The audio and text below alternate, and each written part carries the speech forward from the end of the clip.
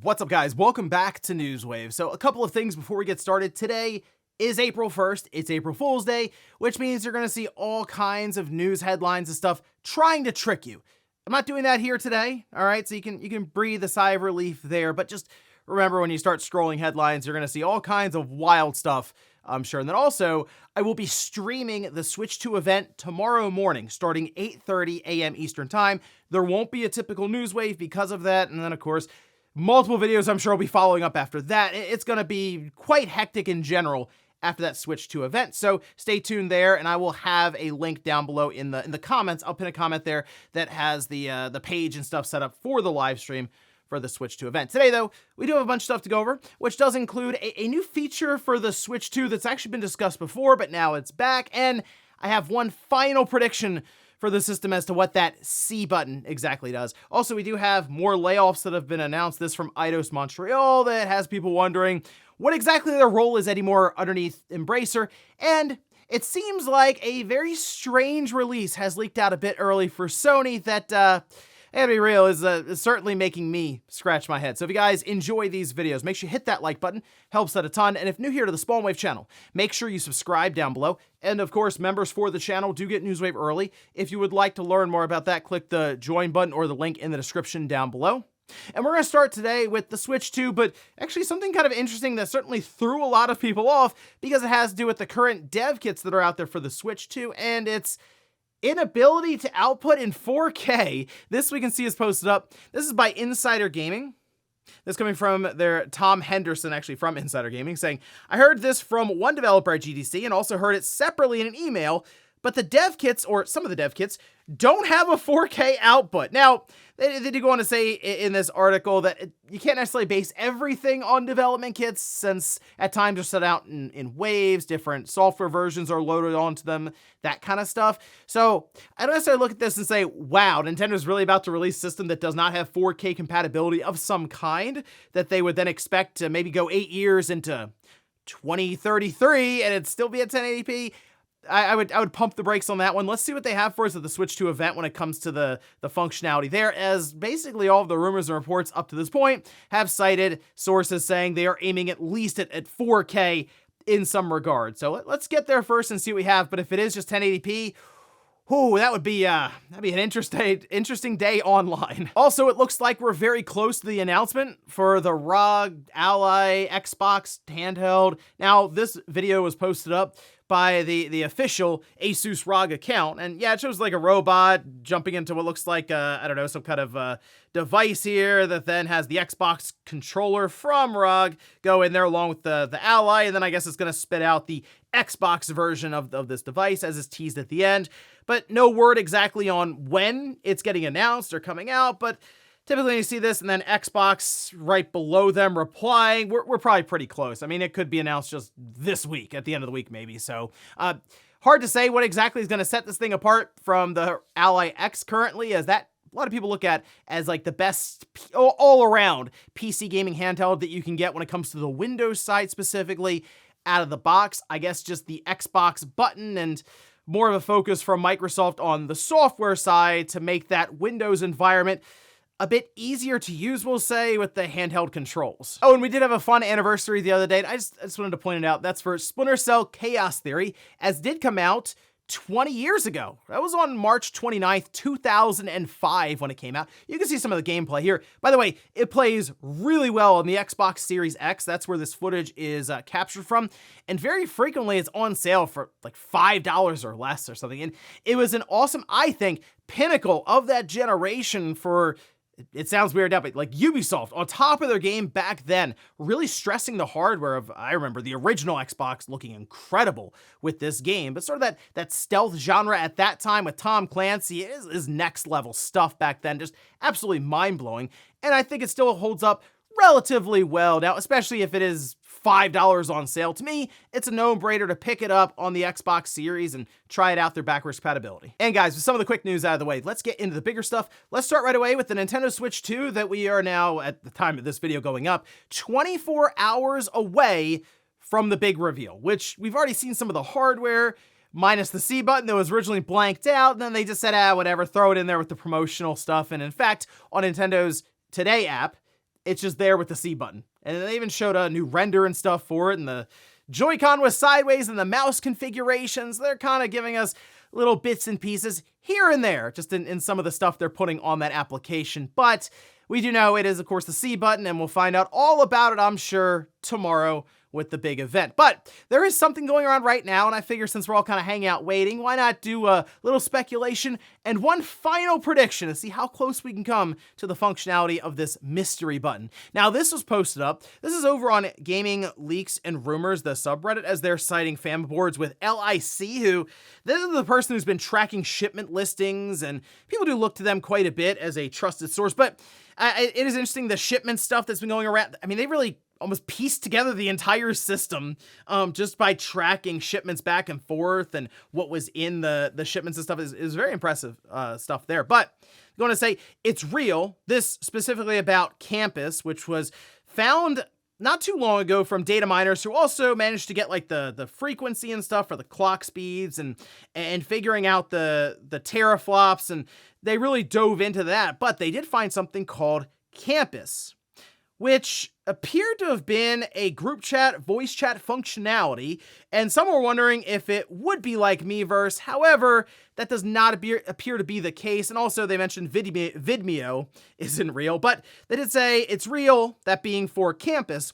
The person who was spreading it around had a lot of specific interpretations and other claims that may or may not be true, but the existence of an application with that codename, which is related to features for communicating and playing with friends, is real. Campus has nothing to do with social media or Miiverse type sharing features. So we have that in mind. We had heard from Eidos ones that there is some sort of screen functionality where it will communicate with a Switch 1 or a current Switch for maybe second screen functionality, split screen, so each person has their own screen, maybe even to put a map on that screen for some big open world adventure games. You don't have to keep pausing and going back and stuff. Something I'm running into a little bit with Xenoblade Chronicles X right now, but like the idea of just being able to interact with another screen, maybe screen sharing, so you can show somebody where you are in a game, maybe over the internet. The idea is the C button is pointed to as multifunctional.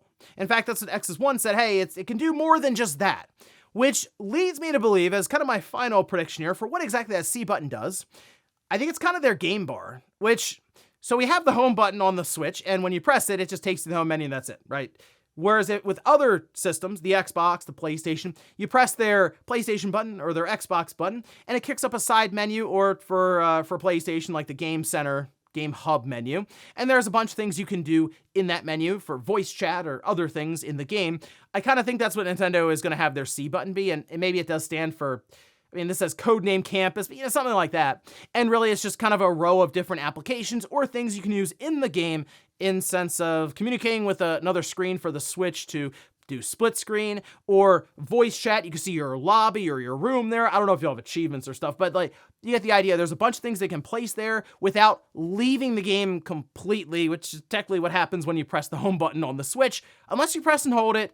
And then you'll have like some settings for brightness as an example that comes up from the side. Either way, I do like the idea that there is more thought put into the community aspect when it comes to communication with your friends when you're playing online. That doesn't necessarily require you to get your cell phone out. That could just be running Discord or a group call or something like that. It's just always weird to me that it's like, okay, now get that other device that you could communicate with people in many other different ways that are much more useful and easier and more robust.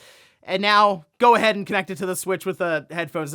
Weird. So in this case, though, it being built into the Switch 2, I think is a welcome feature and experience. Here's hoping that's the case. And actually, I do like the idea of that C button being separate from the home button as a game bar. So we'll see if that final prediction comes true. Either way, should be a lot of fun tomorrow when we see the games, the features, and the hardware in action. Next up, let's talk about more layoffs, this time at Eidos Montreal, who is underneath Embracer Group after they purchased them. And it hasn't been great for Eidos Montreal, as earlier last year, it was like right at the beginning of 2024, they had Deus Ex, some like named Deus Ex game get canceled, and then almost 100 employees got laid off, which, yeah, not great to have all of that happen, especially for Deus Ex fans who are hoping to see maybe another attempt at the franchise. Doesn't seem like it's going to be happening for quite some time. if ever. Well, now there's another round of layoffs that have happened, and this was spotted on LinkedIn, we can see, where they say, today, we informed our studio staff that we are going to let go up to 75 valuable members as one of our mandates is coming to an end. It is not a reflection of their dedication or skills, but unfortunately, we don't have the capacity to entirely reallocate them to our other ongoing projects and services. These very talented, highly experienced experts are going to enter the employment market, and we are working to support them through this transition. Eidos Montreal stays committed to deliver its other projects currently in development, which, okay, so we're not really sure what they're working on technically. There have been some rumors floated around, but for the most part, to my understanding, the thing that they're working on now isn't even their game. They're running support for development of Fable. It's possible that's what this is from, like their contract work there, their support for development has ended, and they don't have anywhere to go with these 75 employees, and they're just laying them off. It's also possible that something got canceled internally once. I mean, it's Embracer Group. It's been all over the place there as it is, so it wouldn't be a shocking thing to consider that. Some of the recent games that Eidos Montreal has worked on include Shadow of the Tomb Raider, Marvel's Avengers, Guardians of the Galaxy, and Marvel's Avengers, yeah, not great. Shadow of the Tomb Raider is good. Guardians of the Galaxy was good, except apparently no one played it. So it's not like there's no talent there, but you keep shedding employees like this, almost 100 people, 16 months ago or so, last year, and now 75. To me, I'm starting to wonder, like, what are they doing with Eidos Montreal? Are they still going to be around for that much longer if you keep letting go of this many employees, canceling projects, and even just having some assist with other projects that aren't even their own? It's Embracer Group, again, has been all over the place, and at this point, I wouldn't be shocked if Eidos Montreal does eventually get shut down here, then not too distant future, although I hope not. I'd like to think that they'd give them one other shot at something new or original, and the obvious part would be go make Deus Ex, but they were going to, and they decided to cancel it. So hard to say what's going on there, but it's Embracer Group, and unfortunately, this isn't that surprising with them. Next up, let's talk about Sony and a very strange release that's been spotted here by Bill over on Twitter X, and they're very good, of course, about seeing things in the back end for retail, so pretty sure this is happening, but it almost sounds a bit like an April Fool's joke, especially when we start to figure out what exactly this is. So first, let's start here. This is over on D-Labs where they posted this up. And they say, according to our information, a new special edition of a game in the Last of Us franchise is in the works, with a physical release on PS5. So people, like, at first saw this, whoa, hold on a minute. Is this Last of Us Part 3? Well, apparently the announcement's in the next 2 months, and we already have pricing on it, so I'm going to say no. But they want to say, they can already tell you the price of the special, it's a special edition. It will cost only 120 euros and $110. Will therefore be available in the European and North American regions, and they're expecting the announcement in the next 2 months or so. Okay, so we'll say $110 US. Well, if I had to take a guess, based on the fact that the PC Last of Us 2, that remastered, is out actually this week, April 3rd, but then the Season 2 of HBO starts April 13th. This is most likely a compilation on the PS5, as in it's going to be a collection of The Last of Us Part 1 and Part 2 and whatever other like DLC and stuff they'd have to put in there on the disc, and they would just release it, and that would be it. Maybe it's kind of like a box set, although they can fit 2 of the, the UHD Blu-rays in there, and it just has a little annoying plastic swinging door that over time eventually just kind of falls out on one side, and then it just, whenever you open it, it tries to jump at you. But most likely this is them repackaging Last of Us again, and then selling it, this time though for $110. I know it's like, oh, again with this, but a lot of people are tuning in for the Last of Us HBO series, and when we see that, it's like, okay, they're going to have people coming into the franchise once again for the first time. Where do they start? So this is legitimately like hey, this right here. You buy this collection, you get a PS5, and that's it. You can play through the game here. Maybe you're watching the series as well alongside of it. That's all you really need to do at that point. So yeah, it's not really, actually, it's a game release that's not really for gamers necessarily, because most people who have wanted to check out Last of Us, I assume anyway, have already checked it out. That was me, of course, people coming up, younger generation, getting older, and like, oh, let me check out this old Last of Us game from like almost almost 12 years ago. But the idea here, though, is mainstream consumers come in, get a PS5 for the first time because they want to experience more Last of Us, and they buy the $110 edition. So yeah, it's kind of a boring explanation for this, but that's just sort of how it is right now with Sony. They do releases not only for gamers, but also people just watching TV. And in our last bit of news, let's talk about Final Fantasy IX, because it does feel like we should be getting pretty close to the Final Fantasy IX remake that's been rumored forever. I think it was on that NVIDIA leak list. That's how far back we're going with it.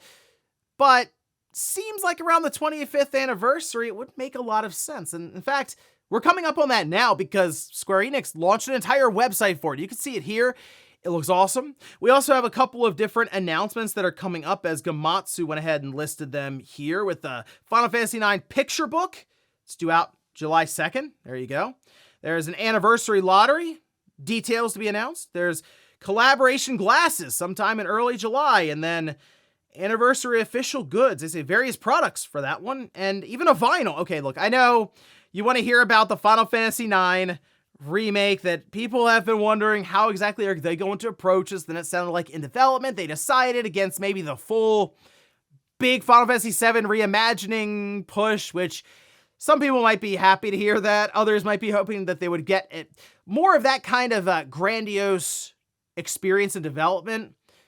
But I think when you go from Final Fantasy IX, which is, there are a lot of people who look at that as the best Final Fantasy, like outright, you don't necessarily need to mess with it too much. This is a case of kind of play it safe, but even if you give it the Crisis Core, you do the Crisis Core reunion treatment, I think people would be thrilled with that. Like, just a game that looks significantly better than the PS1 version, but still plays into that nostalgia effect. And I would love to go back and play through it in that way. I think it'd be great. You don't have to mess with the turn-based combat. Leave it like that. It doesn't have to become an action game all of a sudden or do anything weird with it there. I think if you just celebrate it as, hey, 25th anniversary, it's like a $40 or $50 game, and just understand that we didn't mess it up with like some weird multiverse, parallel dimensions, craziness. Nomura didn't get too close to this one.